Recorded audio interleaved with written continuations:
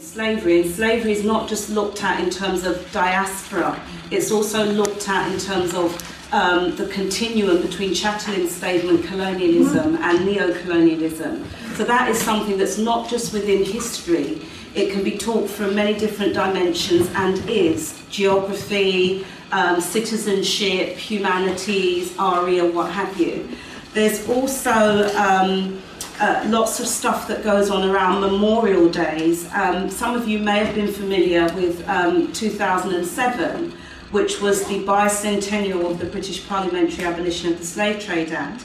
Now, whilst there was a lot of disquiet about the attempt to just promote European abolitionists above African abolitionists, what that did is it created, I would say, for the first time in this country, a wider platform where many interest groups who are concerned with these issues, not just African peoples, but all other peoples, Europeans, Asians and so forth, who have common histories, whether it's of fighting colonialism or whether dealing with class issues and dispossession amongst, European masses here.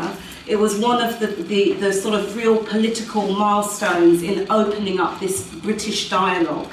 And so a lot is coming out of that, and many of us who are part of a wider reparations movement have kind of used these opportunities to make the connections and make the links in a way that wasn't being made before. There was also earlier on, the point about crime against humanity is important because the Durban Conference in 2001 acknowledged that enslavement was a crime against humanity, but they worded it in such a way to absolve themselves of legal liability. So we have to be very mindful of the legal arguments here. There was also an attempt to have colonialism recognised as a crime against humanity, and that was not successful.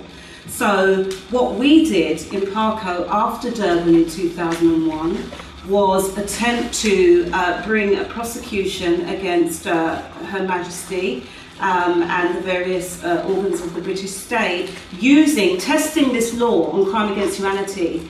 Now, when we took this legal action, we didn't think it was going to succeed in a conventional way. Why we took it was to expose the existing legal system for being inadequate, because many people after Durban thought it was just about lawyers coming together